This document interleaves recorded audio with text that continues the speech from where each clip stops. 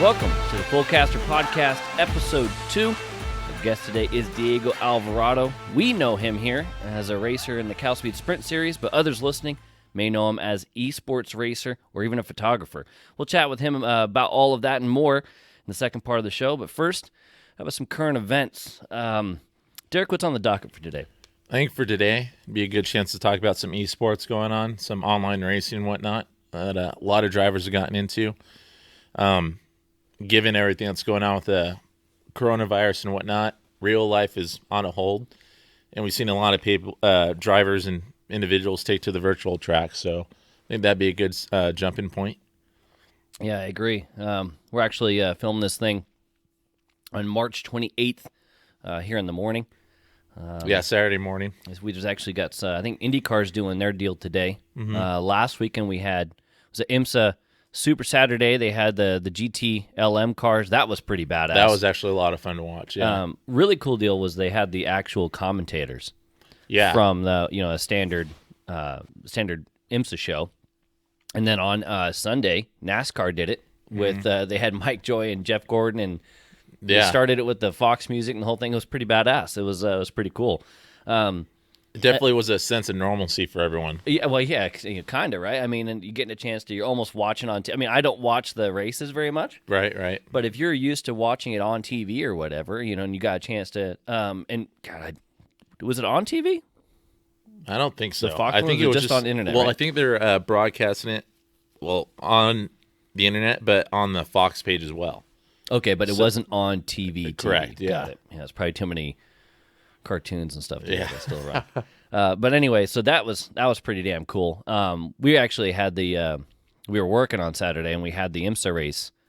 We had it rolling in the background. And, yeah, God, that was cool. And there was it was a lot of the right names were in there. I know our buddy Stephen McAleer was rolling. Right. He didn't put fuel in the car. That was what happened. Yeah, oh, man. So a little bit of a rookie mistake on his part, but there was throughout the whole field there was pretty good racing going on. It was that kind of breakaway from the BMW was up front, and they just played teammates like they should have, and kind of broke away. Yeah, they obviously had done some time. It looked like there was. I mean, you had some cats that obviously are fairly new to it, right? I know Stevie Mack has done it, iRacing stuff before. Bruce Spangler, who actually won, he obviously had done some, right? But there were some guys that definitely just jumped in, though, because of the circumstances and whatnot. And you had cats like, oh man, who was third? Rats. It's right on the tip of my tongue. Anyway, he had like the highest I rating, and they made a point of saying something about the I rating. Okay. That's, obviously some people had been in iRacing and done this for a while, so they're not new to the game. They almost feel like you got a leg up. But also, we don't know what kind of rigs everybody has. I know some cats, they just got a laptop on their desk, and they're doing the wheel thing, while others got full-on rigs. I mean, we saw some of the shots from the NASCAR deal. Kyle Busch and Denny Hamlin's rigs are like, part of the car. Yeah, it looks like you got they a bit of a roll cage there. around them. Those things are sick, man. I mean, freaking sweet. And then I know that F1's doing theirs tomorrow, I believe. And and they're actually doing the F1 video game you were saying. Yeah, they're using the F1 2019 platform, which you can have for console. They're doing it on the PC still. That same thing comes out on the PC, but and that's pretty cool because it's all the right liveries. I think it's all the right drivers. Yeah. Well, for the most part, I wonder if they've changed it. I'm not sure how that works. Tune in on that. Again, that's tomorrow, the 29th of March. But it's pretty cool to see, in the current times of not being able to go out there and do it normally, that we're still seeing a lot of racing going on and the eSports thing. I mean, I did eSports. I've been on iRacing for a while. I started in late 14, ran in 15, 16, 17, the first couple months of 17 on iRacing. So it's been around, and it was around for years before that, right? But to see it really start to blossom right now, I mean, yeah, maybe the catalyst is unfortunate, right? But it's really cool to see the eSports thing and just people taking it seriously. Well, and back then when you were doing it, I think it was definitely more of a niche thing. For guys like you that wanted to go racing and do that kind of stuff, it was their niche. where if you're on the professional side, it was just testing. It kept you sharp. No one was continuously racing and whatnot. But yeah, to see all the different series pull themselves together kind of, and I don't know if it was planned, to have it be so quick that they all figured it out, but to have IMSA and NASCAR in one weekend, and now IndyCar having a doubleheader today with the road Indy followed by actual IndyCar is pretty neat. Yeah, and actually our buddy Rob Howden is doing part of the commentating crew already for Road to Indy. He already does the junior series, and he's going to be doing it again on the actual broadcast too. So that's going to be pretty cool. His rig looked pretty cool, just in a small picture he shot. Well, I couldn't see the whole rig, but the steering wheel. Yeah. The steering wheel and then the mic right next to it, I thought was pretty neat. Yeah, when I was doing, I had triple screens, right? I had the 339-inch TVs and then my grandstand rig. Yeah. And, I would race on that, but I'd also do commentary with the Global Sim Racing channel. So I've gotten a chance to do all that stuff too. And it's the same as proper racing, really. Yeah. You watch that and you get the live timing and they got the whole thing going on. And you got, for me, it was like a proper production. I had timing on one side. I had the actual race going on over here. And it was just like you're up in the box watching the race. You got all the info with you. Yeah, that was pretty sweet. So seeing eSports and just online racing really, really blossom is pretty damn cool. I'm actually really interested to see what happens when everything kind of goes back to, quote, normal. Yeah. And racing goes back to the way of life for all of us, and see how well it continues from there. Like how many people are like, I'm talking to so many people who are buying rigs and getting involved and stuff like that. This is the reason they're doing it. The same reason why I did, right? When I did it is because I was jonesing so hard to go racing because I hadn't raced in 5-6 years at the time. And because I couldn't race in, quote, real life, that was the next best thing. Right. That's kind of what's happening with a lot of people right now. They can't go racing, so I'll be really curious to see, once we start going racing again, how many of these rigs go back up for sale? I don't see or how many people are staying with it. I don't see a bunch of people sticking with it full-time with, their, quote, day jobs being back up and running once they're able to go driving again. But I do see more of those guys being popping in from time to time. Instead of just a few of them, you'll have maybe 5 or 6 of them trying to jump online now. And it's just simply because you're not going to have the time. Yeah, exactly. Right? Yeah, like you said, you got your day job going. So probably those, grabbing a race in the middle of Tuesday, it's probably not going to be happening. And then on the flip side, on the racing side, for the race car drivers, they're working on the weekends. So we'll be curious to see what happens with that. One of the things that I think is pretty cool already, though, is just how many, even in the grassroots level, like karters, right? Like we're seeing a league pop up. Now, I tried doing a league back in, like I said, 2016 or whatever, with just the local cats, the sport karts and competition karts. There wasn't that many people doing it. But now it's like everybody wants to jump into it. And I know that all of a sudden. I know Matt Steele and Pat Britton with Red Six Race Gear for Britain there. They started up a league. They're actually running this morning, which is, we've got another guest in this afternoon that we're going to be doing a recording, and they can't be here because they're doing that league. But it's really cool to see, again, even at the grassroots level, the karters, there's a lot of people getting into it, and actually who are quite good at iRacing, and be curious to see how many of those guys move up the level, because there's a World Series championship and also the kind of stuff on a computer. It's a simulation more than a game, a lot of the stuff, and there's money to be paid, like if you do the Pro Series and whatnot. Right. And obviously we'll talk to our guest Diego about that stuff as well. But yeah, I'll be curious to see how this thing all wraps up here in, well, hopefully just a few weeks. Right? Yeah. But I think that's a good segue there to bring our boy on. I think so. Let's. I think, like I said, a lot of people know this guy. If you're a Cal Speed person, you know this guy for Sprint Series and being at the sharp end for that thing. But like we just got done talking about eSports, and while some people are just getting into it now, this cat's been in it for over a year. Our guest today is definitely no stranger to it, and actually has been on one of the biggest stages. Let's go ahead and bring him on in here. Diego Alvarado. Come on over, bro.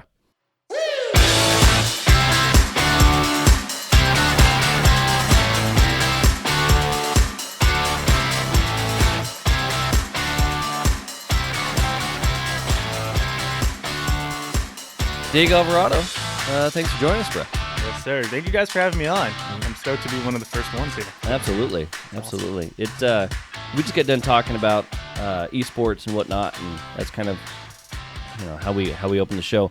Obviously, we say that you're doing it, but before we get into all that kind of stuff, what is your day job? Like, what do you do to bring in the dollar? Yeah, so Monday through Friday right now, I'm working sales at Best Buy here in Claremont, California. And then I had a job. I'm not sure if that's actually going to happen now. Right. But enumerator at the U.S. Census now. Wow. I'm still trying to find out the whole roles of that position, but it sounds like I'll be going door to door and just knocking on people's doors and just counting bodies. Is that what that is? Yeah, and the whole essence of it, yeah. I got hired, and then coronavirus happened, so that's pretty much that. I don't know when this is going to get started, but yeah, that's Gotcha. That's the weekday stuff. Interesting. So sales at Best Buy, doing the census, hopefully doing the census thing. Right. Now, obviously, that's not a. How long does that last? Like, what kind of process is that? Well, that's a part of the details that I'm still trying to figure out. Got I mean, they have had like no contact with me since this whole pause on the coronavirus thing has happened. So at least 2 weeks you've been just waiting. Yeah, literally, like the last 2 weeks, I've just been staying home, which has been so different, and I'm like on edge right now to just get outside. So it's nice to be here today. Yeah. So you're doing the Best Buy thing. Eventually going to do the census deal, obviously, but you also do a bit of photography and stuff. I know. I think it was last year you did a ton of that. How'd that get started doing the photography thing? And are you still doing it as much? I know you traveled around a bunch doing that. Yeah, it's actually funny how I got into that, because I never in a million years growing up would have thought that I would have gotten into the digital space. But it really just stems back to like 2017, a couple years ago now. I wanted to get out of the whole, sim racing and the go-karting stuff, and actually, find a career in racing and motorsports. And naturally, I kind of grew up as a fan in NASCAR, and so I wanted to figure out, all right, what can I do to get involved in the sport? I'm too poor to be a driver, and I feel like I'm too dumb to be a mechanic. So I'll find something in the digital space. So I went out to my local track here, Irwindale Speedway, rented a camera from a camera shop, and just learned on how to take photos and record videos and try to make them cool.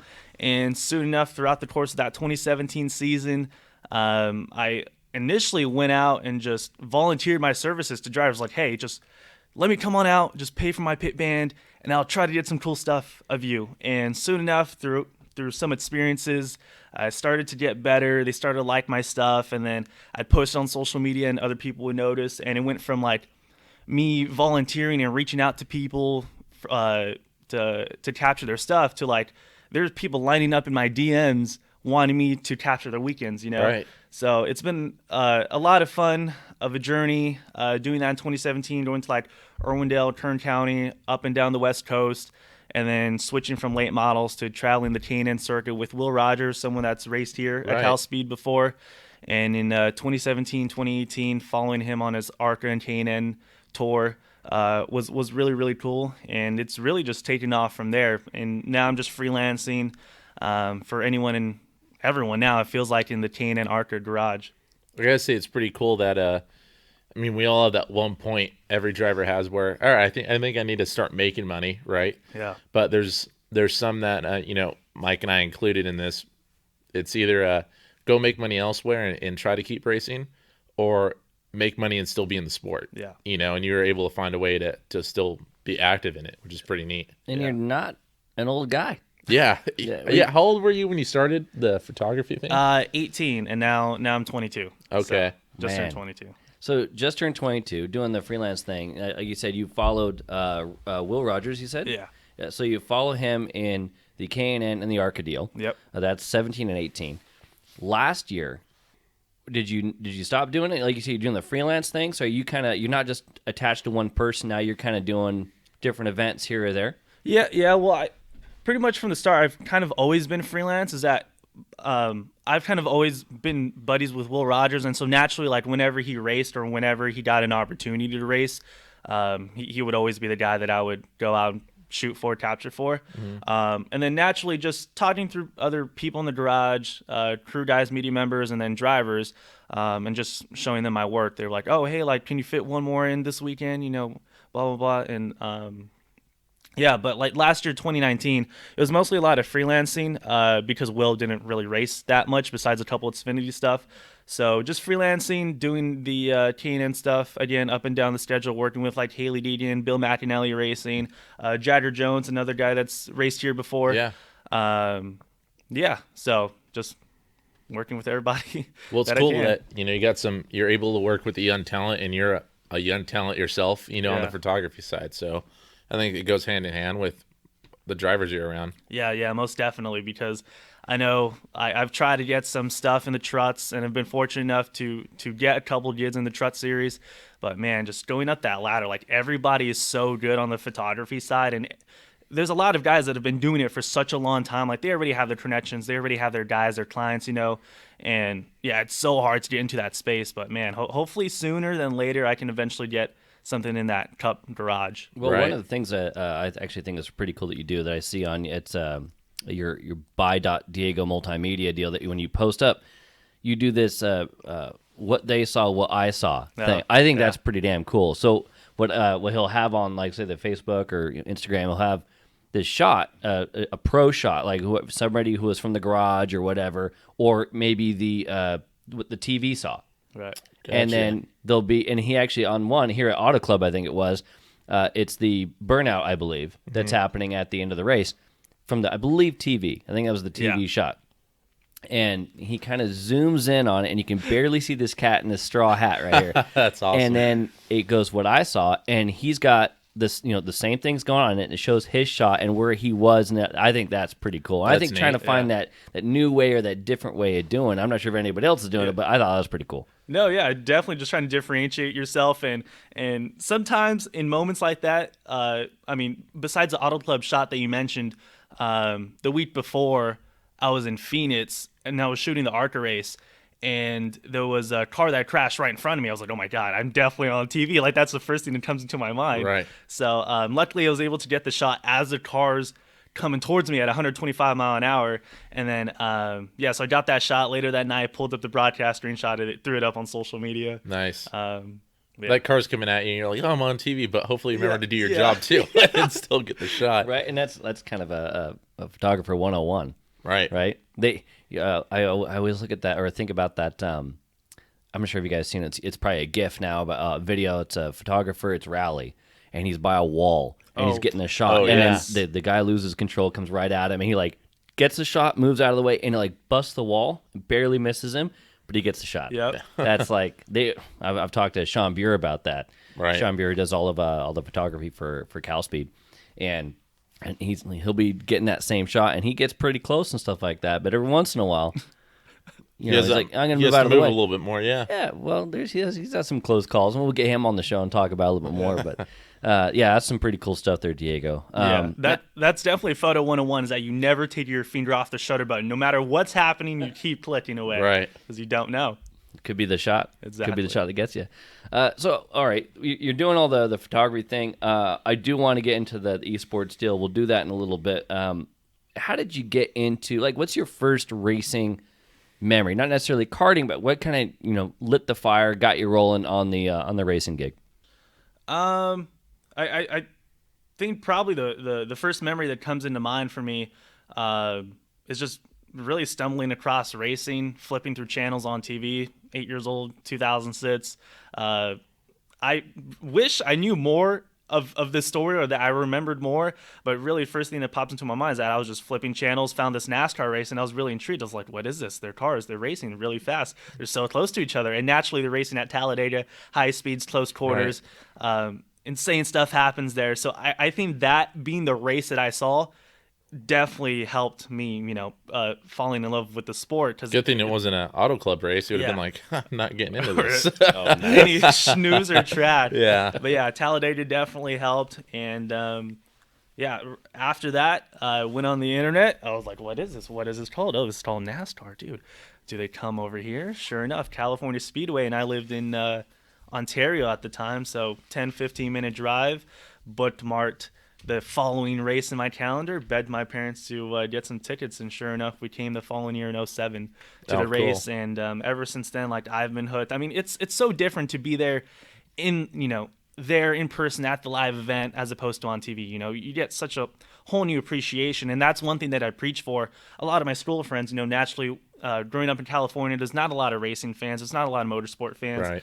And so growing up, I've always been like the kid that just likes NASCAR. Oh, they're just turning left. But the moment I bring them here to the track to a NASCAR race, they're like, oh my God, this is so cool. And now they're like casually following the sport. But, like me bringing them here to the race is what changed their opinion. Yeah, absolutely. I've actually always said that too, is that if you've gone once, you have that added context, right? Like, I've been to the Auto Club race a few times, and not just up in the stands, but in the garage area and stuff like that. And once you add that context, you can, if you see the race at Auto Club again, you can just kind of, oh, I've been there, or I at least know what those cars sound like, and also the kind of stuff. Like, and I remember going and watching races. I'm from Oregon, and seeing the races at Portland International Raceway when IndyCar came to town. Oh God, what was it called? ALMS. ALMS. Thank you. Yeah. I was like, what was the other one? It's not IMSA, but when ALMS was a thing, but basically endurance racing. Right. And okay, you can, when you see, especially endurance racing, all the different kinds of cars and the different sounds. The thing that sticks out to me is you go there, like, you're in the stands right by the festival curves at Portland. It's a high braking area, etc. And you don't really know the differences in the car noise unless you're at the race. Right. Yeah. So it was last time I was there was the first time the Audi diesels went up. Oh, wow. So, right, you've got the Maseratis have got like that kind of a higher pitch deal. And you got the Vets that go by, whoa, it's badass, right? Right. But then you got the Audis that come by with and it's Yeah. that's what it was. Literally. Yeah, it was so quiet. Like, when they would go by a Vet or something like that, you did not hear the Audi Yeah. at all. It didn't exist. No, the wind noise on those things was louder than the engine for the drivers. And you know what? I'll tell you what. That's why I would actually like to. I haven't seen one yet. I think they come here, right? Is Formula E?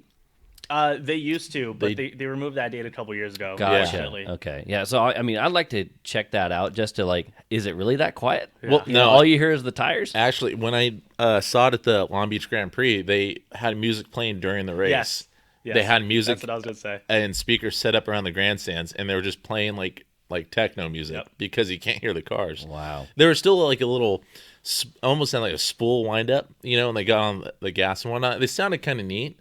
Like a K1 cart, right? Yeah, like you had that torque that you'd hear, but yeah, there was just music playing throughout the entire race. And you could hear, even as they're blowing past you could hear clearly, like, nothing. Have a conversation. Yeah. That's what I actually joked about that at K1.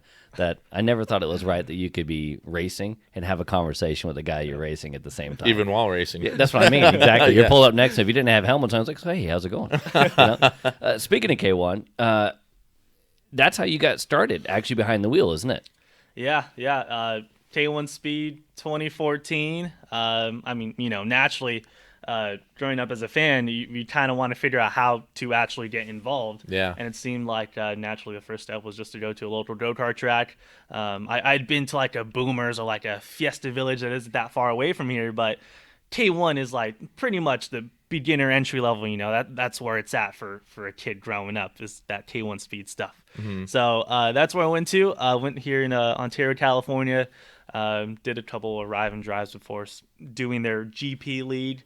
And had some fun there. And at the same time, I think I'd found out about Cal Speed from someone that was racing there. And they're like, oh, there's this Cal Speed thing that takes place at the Speedway. I'm like, at the Speedway? They have a go-kart track? Yeah, it's in the parking lot. It's like, people still say track. that. Yeah. That's because we don't exist whenever the NASCAR races are around, But, did a Google search, and that's how I pretty much ended up here. Now, do you still do the K1 thing? I know you're racing here with the Sprint Series and stuff like that, but do you still do the K1 thing, or how long did you do K1 and the GPs before you started doing this full or regular? Right. No, I only did the GPs for like a year, mostly because even though it's not a lot of money, $50 a round over the course of a year, that's still $600 a season that I'd much rather pour into practice sessions here or some coaching, just trying to more effectively use that money. But yeah, I just did like that one season of the K1 GP and then just, spent all my time out here. Right. So you start at K1, you find out about Cal Speed, you come out here. How was your transition? How was your very first experience going from K1 to here? And can you explain that one a little bit? Oh man, yeah, it was super overwhelming, and it's actually funny enough. Now I'm like the Sprint Series regular. I've been doing it part time for the last few years, but it's funny enough that my first ever Cal Speed race was the exhibition here in 2014 that you guys put on. I didn't even know it was an exhibition. I thought it was an actual round. But yeah, that was the one where we were like testing it out. Like, we came up with the Sprint Series idea because at the time it was still just a Super Series. And it was packed. Like we had like 120 or so people. It was sold out every single round. Yeah. And we couldn't. And we need to get a way to have more people here, so we did that. And your first round was the exhibition. Yep. And you actually haven't done a full season. Like you've always missed enough, 2-3 to be out of plus races to not be not go for the championship, if you will. Right. But you've been a sharp end runner since 2017. This year's looking pretty good. We'll get to that in a second, but. This is plastic, so I don't think it's going to work. So you get into the Sprint Series. What was the biggest difference to you, or like how did you come in and go, oh man, I'm going to kill it. I'm going to ship. I do pretty good in the electrics or whatever. I should be able to do pretty good. Or what was that learning experience like for you? You're talking about like entering my first Cal Speed round? Yeah, so that first year of doing the sprints versus, obviously the first time you're here doing the exhibition, you don't even know it's exhibition, you're just trying to outlearn, and then the season starts. Now you know it's a season, and I don't think out of the gate you're like, I'm not going to do a whole season. You thought that you probably were, right? No, yeah. Initially, I definitely thought I was going to do the full season. But yeah, right off the bat, it was super overwhelming. And immediately in the exhibition round, getting my butt kicked after I felt like I was king of the world in T1 speed stuff. Right. Against like 4 other people. But yeah, it was just super overwhelming right from the start. Using the rental gear and the karts feeling that much faster and everybody's on edge. Yeah, it was just such a surreal experience, but I had like a blast doing it that first round. I was like, wow, this is what real racing feels like. That's awesome. And actually that first year that in 15 when you were running, the guy who ends up winning the championship is Sean Fite. Yep. Yeah. And Sean Fite is the current reigning Super Series champion, and kind of go full circle. Diego over here, the point leader for the Sprint Series now. Although it's taken you, 4 years to do? Yeah, it's taken me long enough. More than I wished. But some of that was because, and you had told me before, I thought you were going to be a contender for the championship, but you started doing the photography thing. And that's kind of where we started heading away from the racing, trying to do this other kinds of stuff. In the racing that you have done, which has predominantly been the Sprint Series over here, is there like a highlight or like a moment, like that's probably my favorite thing so far, the crowning achievement, or just the one thing that you can remember back and go, God, that's the best? Yeah. I think leading up to this moment, I would probably the one that sits out in my mind is that 2017 first win here in Sprint Series, finally getting that monkey off my back after the fun that ensued on the last lap from round 1, the opening round, getting penalized on the last lap because that front to back contact with, I think it was either Caden or TJ. I was running with those guys a lot that year for that championship. TJ winning the championship. Yeah, for sure. But yeah, that was definitely a fun season. But running Nuova round 1, losing that, finishing I think 4th or 5th. I know it was outside of the podium, crossing the line first, but finishing 5th in the result sheet was not fun. I really like that track. I feel like the high speed stuff is definitely where I've had the most fun here. And being able to come back in May for round 5 and finally get it done cleanly with an over-under on TJ Blackledge in Long Beach was definitely a highlight for sure thus far. And yeah, so 2017, and I want to say Blackledge gets the championship in 17. I think Yeah, so. yeah, So- yeah, he did. So you're running right there with Caden, who's a front runner as well, Right. And you make the over/under on the eventual champion, the guy who won I think 5 races or 4 races that year. So what's funny is that I have all of his stats written down in a sheet because I'm determined to beat every single one of his stats this year. I Oh, love wow. it. He I has love like, it was a 10 race season, so he had like 8 podiums, 5 wins. He had like 3 poles. I've written like all of his stats down because I want to match it or beat it this year. I love that. Nice. I love that. Yeah, and actually the TJ really set the bar for the Sprint Series. I Yeah. mean, what he did there, and Sam Hunt's another Sprint Series champ who did a lot, but did not, because with him and Spencer Russell went back and forth on that championship. Yeah. So Sam started off a little bit slower, and then eventually at the end rock and rolled. But TJ kind of had a stranglehold on that thing, and ended He up was the guy clinching to it beat, early. for Yeah. sure. And Yeah. he's kind of, like you said, set those records. I love the fact that you got those, Oh, and yeah. that's kind of the carrot. I'm such a stats guy. I don't know why, but I care so much about stats, whether it be here on iRacing. Like, I got to make sure I put so much practice before doing an NIS race or a pro light race because I care about my stats and them looking good. I love it. I love it. Now, that's a perfect segue to start talking about some other racing you're doing, and what I think a lot of other people know you already for, and that's the eSports stuff. You talk about iRacing, but the eSports that you're probably known for with Richard Petty Motorsports, that's actually on NASCAR Heat, right? Yeah. So it's on the console game. Last year in 2019, well, actually it would be late 2018. NASCAR came out and announced with the game company, 704 Games, who publishes the NASCAR Heat console video games, that for the 2019 year they were going to try to put together a pro league. Pretty much just to try to bring in new fans, to attract that younger audience, and to try to make something Smart. entertaining and fun out of the pick up and play console game that is NASCAR Heat. So as soon as that had been announced, I was like, all right, cool. Well, I definitely want to get out and at least qualify for that and see how I stack up.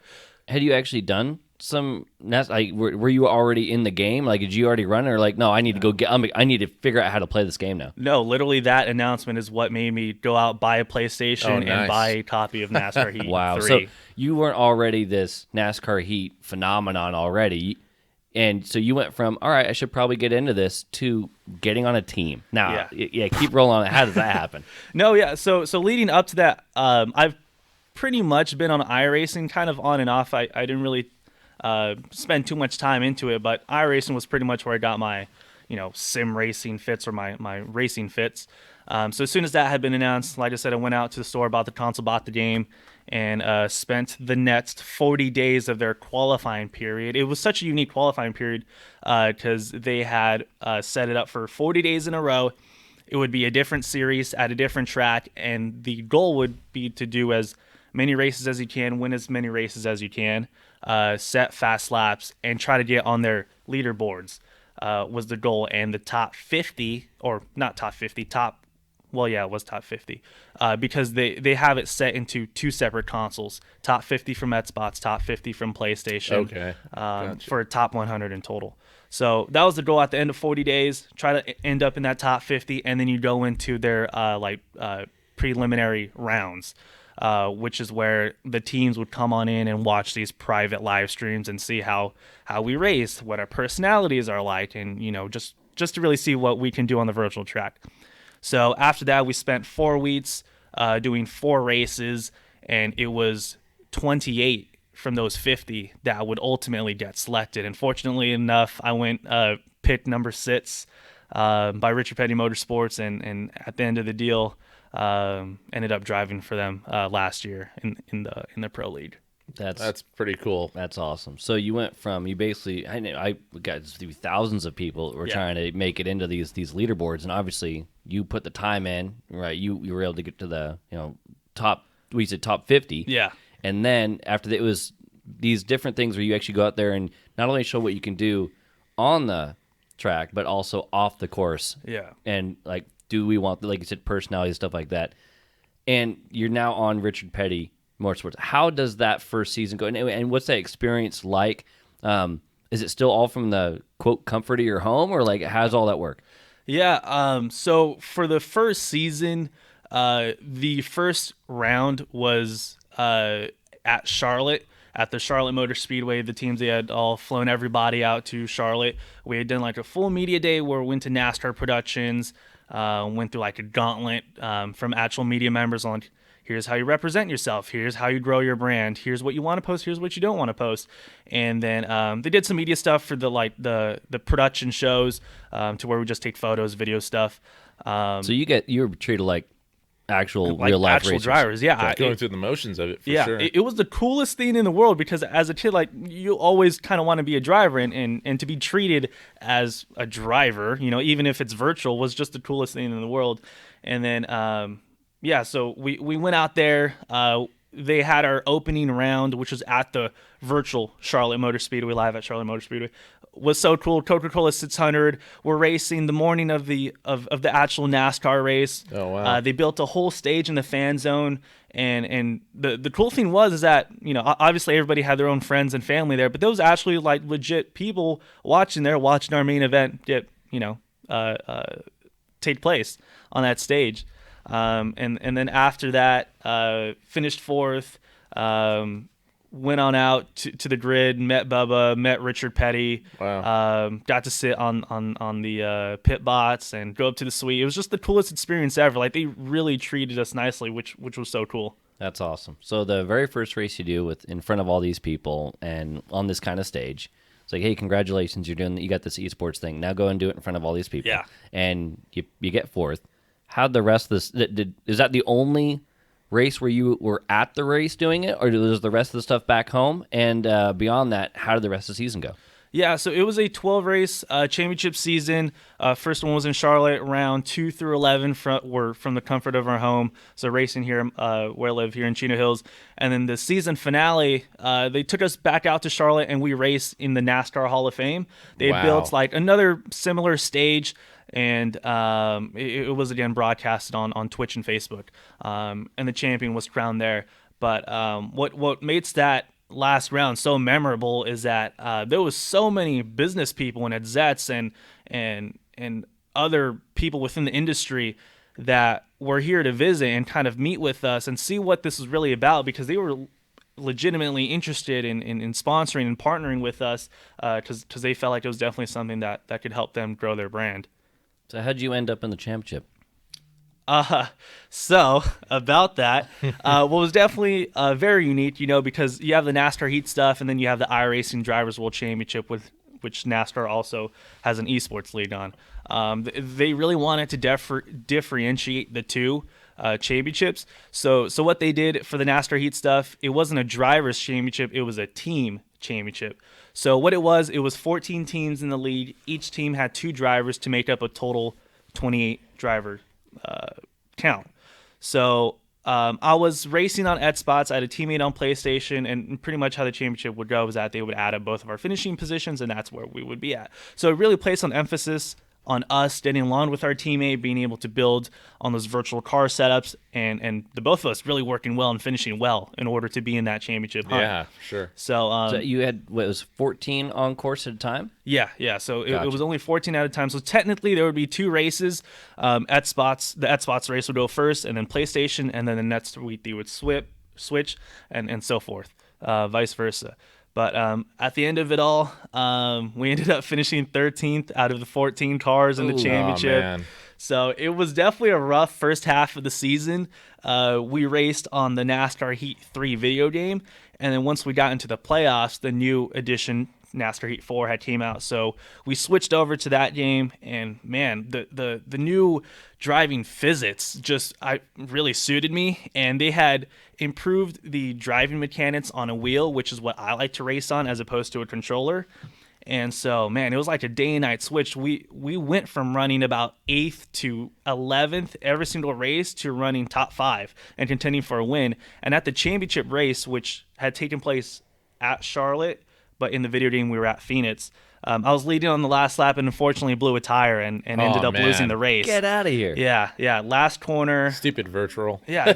Unreal. Stupid blowing a tire on there. What? Yeah. But, so I was inches away from winning that awesome, season finale. But, since then we've kind of been doing a lot of private races on our end between us pro league drivers that are coming back for the 2020 season.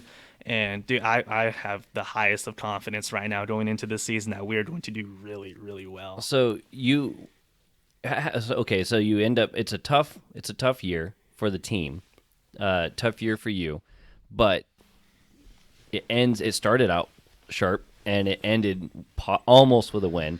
Yeah. Do you think that's what got, as you say, you're back for 2020, same team? Yes. Do you think that last performance is how you're able to get back on? Because it wasn't a gimme, right? You didn't just like, okay, I'm going to go ahead and do this. You actually had to find out if you're going to be back on the team, right? Yeah, exactly. There was a little bit of a waiting period to where teams kind of wanted to negotiate on if they wanted to sign their guys or drop one or drop both of them and try to get some new guys. And unfortunately, I was one of 8 now that are returning, which leaves 20 seats up for grabs for this following 2020 season. So you don't know who your teammate is yet right now?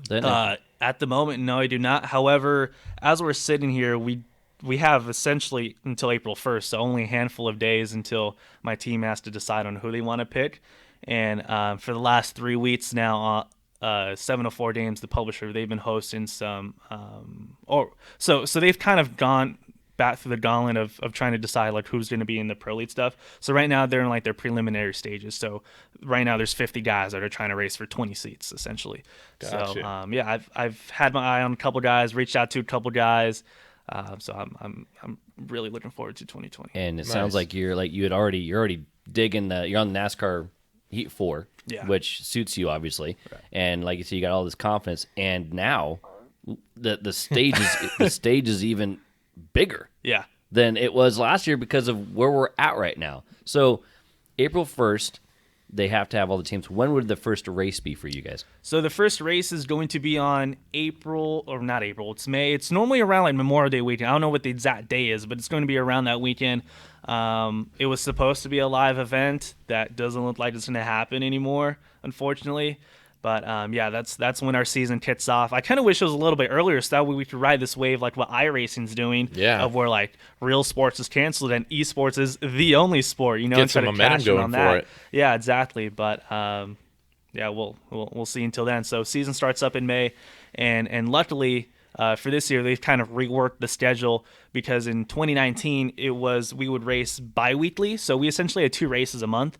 As opposed to this year, they're upping it to where we're racing every single week. So it's going to be 12 consecutive weeks of us racing, and I just like being able to keep up that momentum because no matter what, if you win, you're like, all right, cool, I want to back up that performance at the next race. Or like even if you crash and finish last, you're like, dang, I got something to prove now. I just want to get to the next race, you know? Yeah. So being able to race weekly now on Wednesday nights, it'll be will be a lot of fun.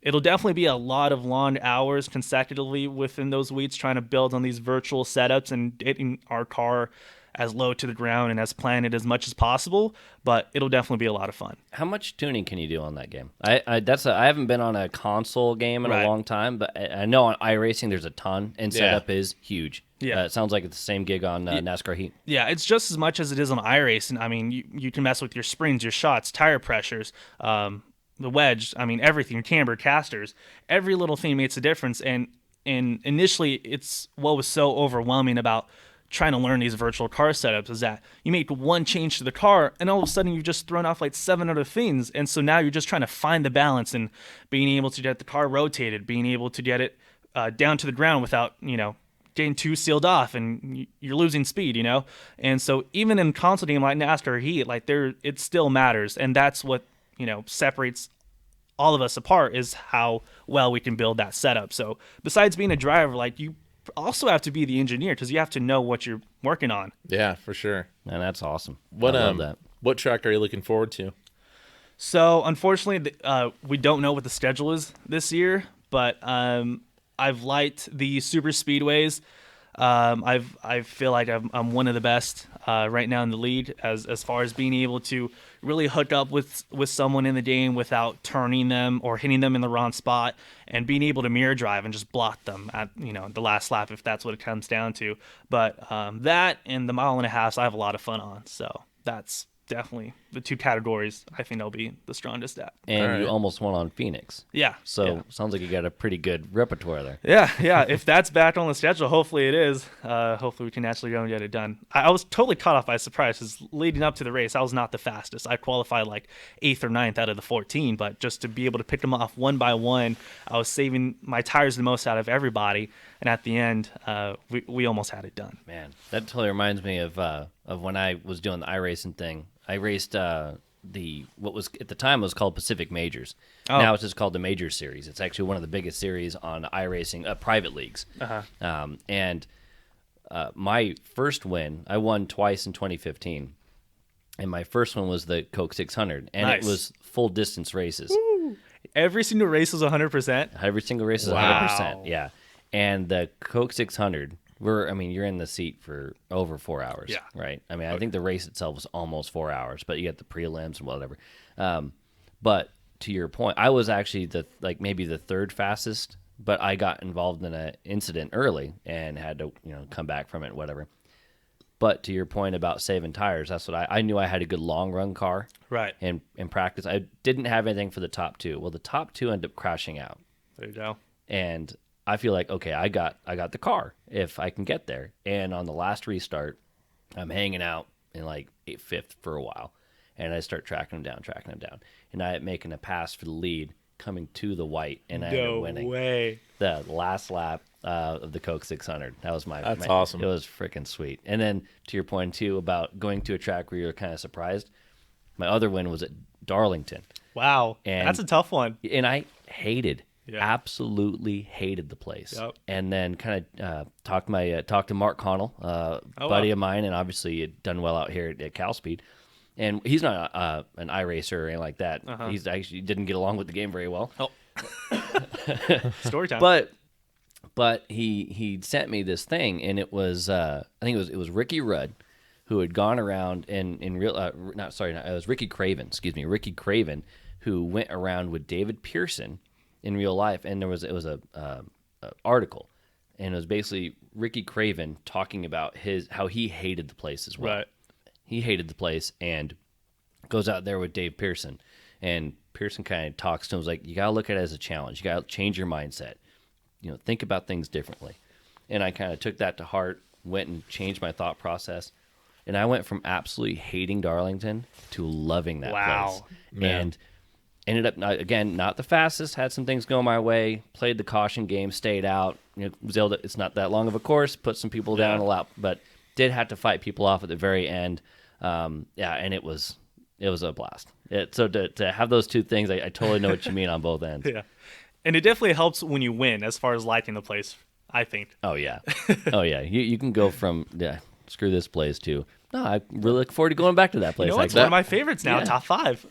That was me on a Technico here. I hated that track. Oh, yeah. Ended up having a podium and then a win on it. And I'm like, all right, I could come back here and feel okay about it, Yeah. But it's a little bit of confidence goes a long way, especially on a course that you hate. Yeah, man. Yeah, exactly. So obviously you got the eSports thing going on. You're doing the Sprint Series thing here. Once we get back underway, what other kind of racing? Have you gotten a chance to do anything else, or have you ever gotten in a car or anything? Well, doing any other real life racing, I mean, not really. Just doing the Cal Speed stuff. I did do a little bit of Tri-C in 2017, running with Justin Schuler and his cat kart stuff for that season, which was a lot of fun. Actually, getting into some actual competition karting here at Tri-C. But I think one of the more recent experiences was getting to drive a Legends car. Well, getting to test a Legends car out cool. at Charlotte Motor Speedway. I had really wanted to make the most out of my Charlotte trip last year when I was going for the season finale at the NASCAR Hall of Fame. I had made a whole trip to stay out there for like 3 weeks, hang out with some of my friends, because I used to live there in Charlotte when I was working for an ARCA team.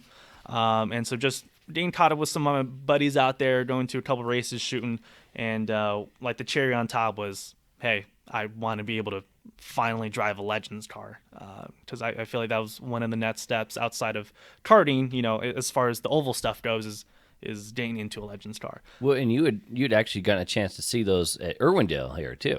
Yeah. Right? So do you ever get an opportunity, or did anything come close to you maybe getting a chance to try it out here, or was that the first opportunity really at Charlotte? That was pretty much the first opportunity, mostly because Legends cars, they really don't race that much here at Irwindale. They probably only do like 1 or 2 races a year.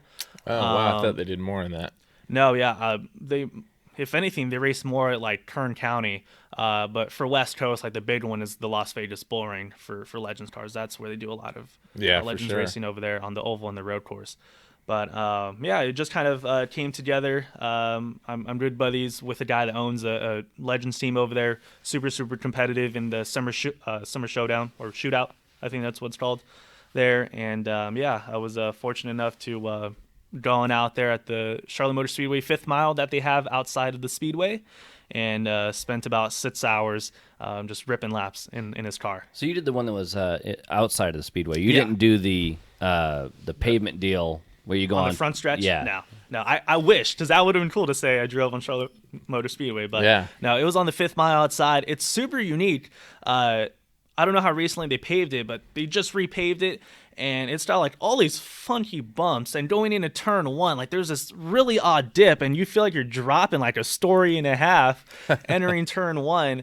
But it was just the coolest experience. First time needing a Hans device, first time with a roof over my head. Coolest thing. I had such a blast doing that stuff. I got to drive a Legend car back in No way. 2015. Actually, it was when the Lysers was doing it, Jetson and at James. Oh. So I had worked for them for help with them for a few races, and but every weekend that they were racing I was racing LKC, so I had to pick one or the other. But one of the times the guy who owned the car, Steve, down out of San Diego, let me drive it, and I got to do the infield at Irwindale, and it was just awesome. And same thing, man, like having the fire suit on. It was none of my gear, like I had a Karting suit in my trunk and my helmet that did have Hans clips on it and everything, but being able to put on the Hans device, strapping in and having the straps come over, it's cool, man. It's a cool feel, especially when you're a younger kid doing it. But the Legend car is fun. The power on it is insane on those things. No, dude, power to weight's crazy. Yeah. It's a light car, it gets up to speed quick and whatnot. It's like a 1,000 cc, right? Like a Gixxer motor or something like that. I think it's a Yamaha or something like that. It's like pretty much a motorcycle engine. Right. Do we know how big it is? I do not. I wouldn't know. You guys are like, I'd have to ask driver only. Driver only. I just show up, hop in the thing, But no, it's not a handful, and especially for what was our first time doing it, right? Yeah. I mean, we're not really pushing it or anything, but it was to make a transfer from a go-kart into that. It's not too intimidating. Then again, it was only me and 6 other guys on track. So, out of the 20 I think they race with. Right. But yeah, the Legends are fun. They're a good time. Yeah. Super, super cool. I definitely want to try to put a season together here within the next couple of years. Because that would be a lot of fun. It's always been a dream of mine to be able to race here at Irwindale Speedway. Yeah, that's one of the first places that I went to growing up. So for it to come full circle would be awesome. Having an actual proper quote home track, some of that stuff, that'd be pretty neat. Like for sure, it's one of those things where if you get a chance to do like things like that, where like you grow up and see it or whatever, that kind of thing, that's pretty cool. That you'd be able to get a chance to go do that. So got a chance to try that out. Let's kind of go back to karting here. And all the, like, again, you've gotten a chance to travel around. When you've done other, like those, when you went over into these other shots and these different things with the multimedia thing, and being over in Charlotte, did you get a chance to do any other kinds of karting? I mean, I know there's several karting tracks on the East Coast, that, especially right around the Charlotte area, that you could probably hit up. Did you try anything out, indoor, outdoor, anything? Yeah, so it's funny because that's always like my biggest thing is whenever I go to like a new track or a new market is always bring my helmet with me and my GoPro, because I'm going to hit up the local outdoor track, the local indoor track, anything where they have go-karts, I'm going to visit it.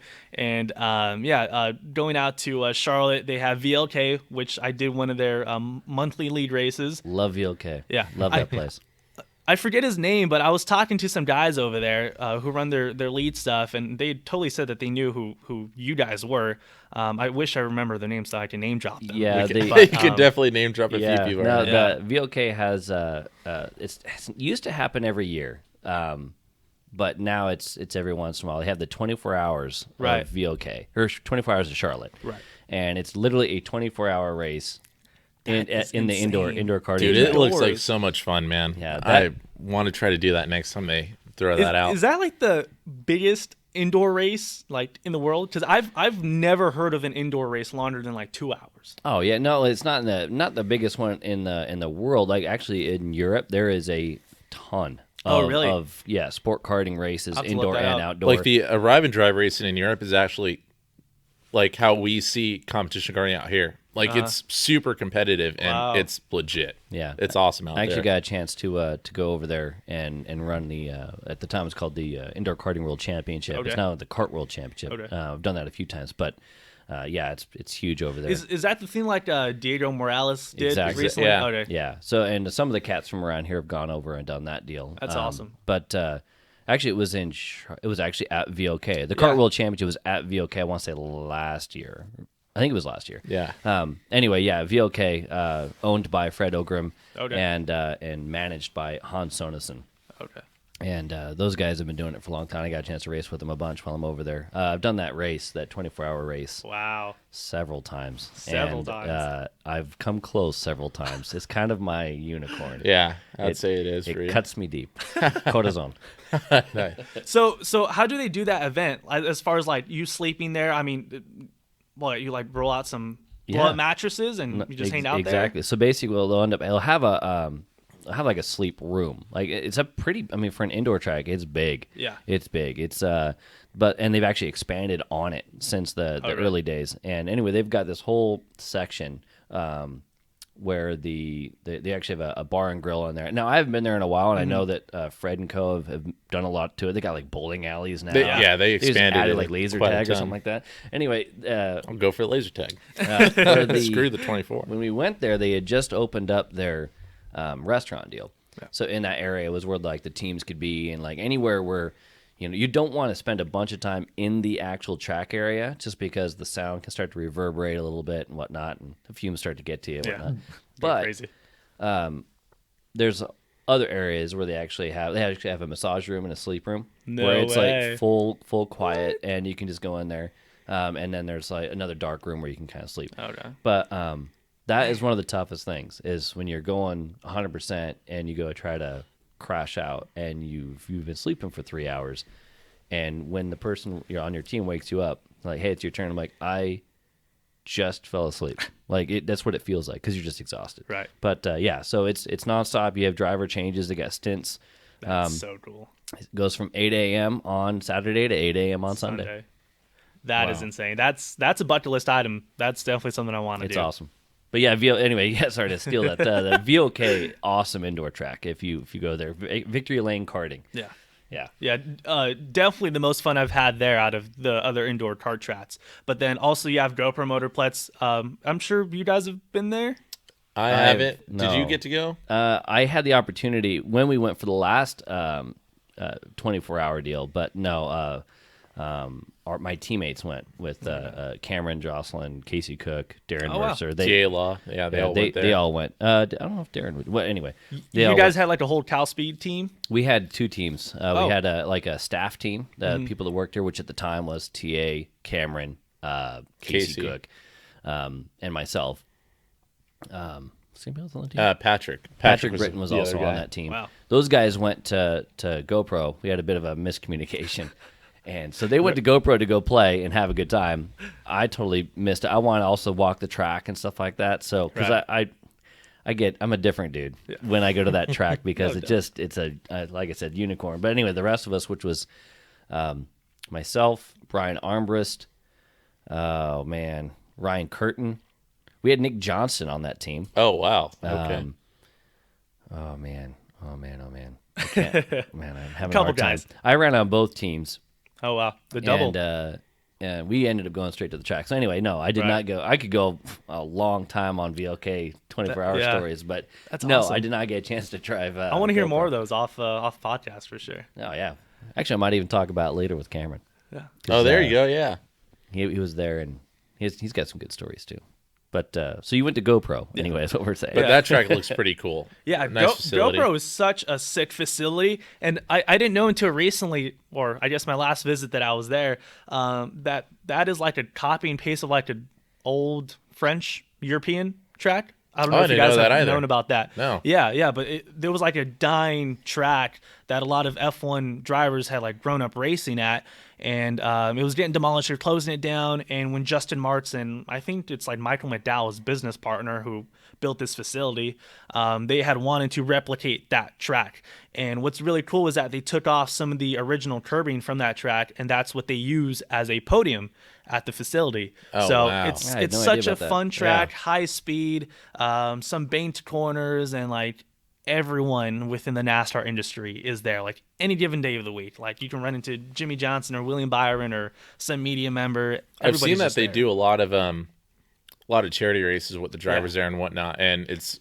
a driver and a mechanic or just the mechanics racing, but they get to do some cool stuff there, and I've seen footage. It looks like a neat track. I actually think they've done in their Arrive and Drive carts. I think they've actually done 12-hour there too. Yeah, Oh, okay. that's like their yearly endurance race. I think they have it every April, so it would have been soon. But yeah, they have their 12-hour Arrive and Drive race. It's a lot of fun. Their carts are interesting. I don't know exactly what they use, but yeah, I mean, we definitely go out there and abuse the carts. And probably one of the fun stories that I have is that, of course, working within the NASCAR industry, you kind of get to know a couple people. And so when I was living there, we would routinely get a group of us, probably like 15 to 20 drivers and some crew guys to come on out. We'd fill up a whole race, and we would just pump out 4 or 5 races in a row where we would just be so aggressive. Yeah. And there's this one time, what's super cool is that they'll run them in the rain, like in the freezing cold when it's legit snowing outside. And what's funny is that they even have deals when there's poor weather conditions to try to get people to come on out. Right. So we took advantage of one of those specials that was going on, and it's pouring wet, raining outside. There's like 23 of us out there on the track at the same time for a 10-minute race, and oh my gosh, so many off tracks, so much stuff got broken in that race to the point that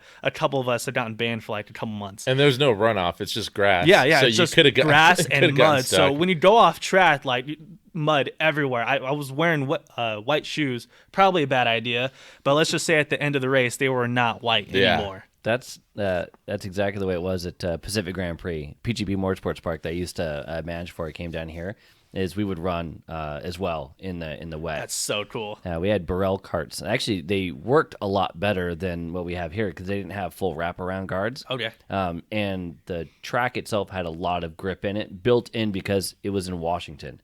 So it's gonna be wet most of the time. Right. They designed it for that. Yeah. Did you get a chance at the Machismo this last year, the Machismo 12-hour here at Cal Speed? Did you get a chance to get out when it was wet? No, because it was only the 206s, right? No. Well, it was damp, and then it yeah. actually started raining. Well, we did or the sprinkling, I should we say. did the clinic in the wet, and then I think we did most of the practice sessions in damp conditions. Yeah, the track was dry. It had like drying lines and stuff like that. You didn't get a chance to drive in that? No, not really. I mean, there was some spots where like water was pouring out of the tire barriers, but my first session wasn't until like 3:30, so I didn't do the clinic or anything. I mean, it didn't really feel wet Gotcha. to me. Gotcha. It was really bad. It sucked. I was going to ask. The reason why I was asking is because I wanted to see what you thought of the grip difference, but you didn't get you because people are like, how come you guys don't run the rain over here? It's like It doesn't work. Have you been on track at all when it's sprinkling for sprint? No, but I saw it happen for that one round where it was just pouring during like a heat race or something. But I mean, I've seen it, and I saw people's GoPro videos where they're turning and it's just going straight. Yeah, so I can only imagine. Yeah, it's not good. It's just the cars are so stiff, and they got the wraparound guards. What was I thought good was we had a lot of very, very good drivers here during the Machismo, and they came off and were like, we now know. Yeah. Now we understand why you don't do it. Just the cars suck. And yeah, we could put rain tires on it, whatnot, but even competition cars, we can go, yeah, they help, but it's not. You need You the still chassis get that to work. same effect of the cart won't go sometimes. Hopefully one day. One day there'll be a Cal Speed rain race. No, hopefully no. No, there's not. I want it to happen. Get a competition cart. Yeah, you can sign up for all of them. You could. We actually almost had one this year with Tri-C. Derek did get a chance to run. I said get a chance. Jeez. Yeah, you were in the damp/wet at Pretty Challenge. much half my sessions were wet or damp at Challenge, and all of his were dry. It just was brilliant. it was that kind of weekend where the weather kept changing. But yeah, all of my probably 3/4 of my sessions were in the damp conditions or at least wet. It was crazy. Mother Nature was not on your side. No, man. It hasn't been on the side of the challenge whenever it's here. Actually, yeah. Like. This is better because challenge last year was just monsoon. Oh, really? Like track was flooded and whatnot. So Because that takes place in January, or is it February? February. That was the end of February. Yeah. But I mean, I'd almost rather have all of one or nothing because you're just trying to play catch up with something that's not even there yet. You know, you're trying to stay ahead of the conditions, and we're sitting on the grid with ready to mount rain tires, ready to mount slicks. You know. Yeah, that was crazy. But anyways, yeah, racing in the rain sucks. Once you're actually out there, right? It kind of is what it is, and you just get after. I mean, Derek killed it in the damp conditions in the heat race. Was it On Saturday? Yeah, it was leading on the last lap. Last lap going in Contino, I'm second behind my teammate. That's right. I started like 10th. Oh, wow. And then, yeah, knowing the track helped out, which is funny because I was struggling in the dry. Like I was just always about 2/10 off everyone. So I was pretty welcoming for the rain because I think I'd have a shot at it. Great equalizer. Yeah. And I swapped between first and second with my teammate, Alex Saragusa. And then we're coming out of Horseshoe. It's pretty dry, going to Carousel. And it was sprinkling at some parts of the track. And then, Right. some lines would be different one lap to the next, and we go into Contino, and I go a little wide, and the cart just comes around on me on the last lap, and I fall back to like 8th or something, and then 20 feet later, Alex spun out, and he was in the lead too. Oh, no. Yeah, so I spun out on the second apex, he spun out in the exit, and I'm like, well, we're like a couple idiots right now. But yeah. Both the team guys. Yeah. Ow. Yeah, that was a tough one. It was a tough one to watch. Well, it was tough at that point. It was great to watch. It was, yeah. No, and it was like I was still smiling when I was pretty pissed when I spun, but I was still smiling quite a bit when I came off because there was just so much racing going on between like at least 4 of us for a bit, and then the top 3 broke away. But for those kind of conditions to have as much passing going on as there was awesome. Insane. Yeah. So I ran in KA. This is a KA as well. He was running KA Senior. Right. And I ran it last year at the Pro Tour in when it was here in the wet, and it was dumping. It was dumping. Like I couldn't Slip and slide. Oh man, I couldn't see standing water everywhere. It kept coming. Horrible. Wow. There's a lot of pictures from the Tri-C races. Yeah, I'll definitely have to check that out. Running in the rain sucks. It's not good. Like I said, it's not, once you're out there, you kind of like, it is what it is. You know what really sucks about it, though, is when you're putting the wet stuff back on, right? So you go and you do your sesh, right? Yeah, the wet clothes and gear. And then Yeah, you take all that crap off. You got to put it back on, right? Oh, God, I hate that. It's not going to dry within the net session. No, Yeah. I try to have as many sets of everything just so I can. Yeah, and it's not that bad here because we just use our office. Yeah. Right, yeah. It was nice, but not that turf. nice. Yeah. Man. So, yeah, racing in the rain. Not going to happen here at Cal Speed unless you want to get in competition carts. It's fun if you're just like having a good time, but if you're trying to be in competition, I can only imagine because I've never ran in the wet in competition, but just going out for a ride and drive like what we did at GoPro, so much fun. Oh, if it's damp, yeah. That's not when you're not getting that wet. And you don't own the equipment? yeah. So it's nice. Don't clean nothing up. It'd be great. So you just told us a pretty cool story about GoPro and whatnot.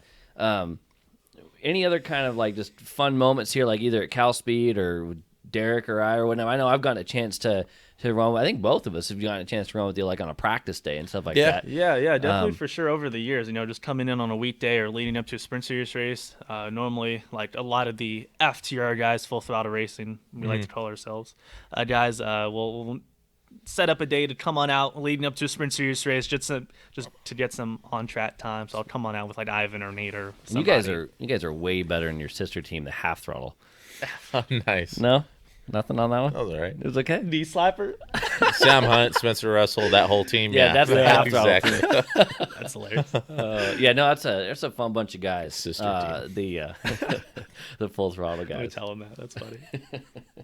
But that's a good group of guys you're running with, and man, everyone's gotten so much better over these last 3 years. You know, and everyone has a different learning curve, right? But you guys are spending the money that you can, trying to do the practice when you can, and it's showing off. Or it's paying off, I should say. Yeah, no, yeah. I think the biggest thing for all of us has just been the experience, or like coming out to practice day with you guys, or getting any sort of feedback as far as picking up on our improvement. Biggest thing, I feel like for myself, has been learning that vision, something that I never even put two and two together, something that I never could have found on a YouTube video. Really, Game changer. yeah, it really was. Fun fact for anybody listening. Hashtag vision. Hashtag. But for the longest time, I mean, I'd always be I don't know if it's natural, but I would always be glued just to the car in front of me and just kind of mimicking what they're doing. Everyone would be doing that.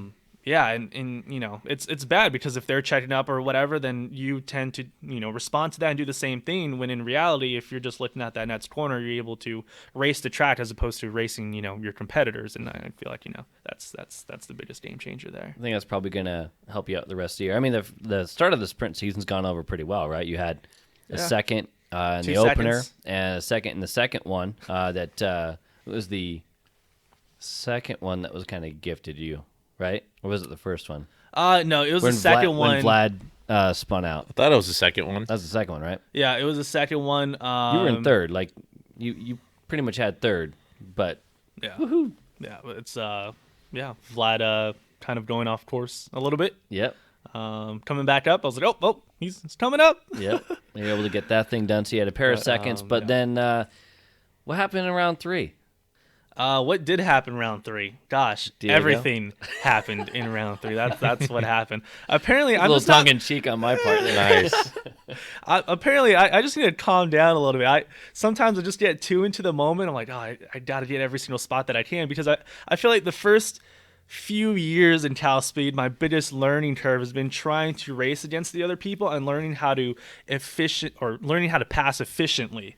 And now that I feel a little bit more confident in doing that, I feel like I have to take advantage of every single passing opportunity. And I feel like in this last round, it just didn't stick some of the times, and naturally I kind of ran some people off track.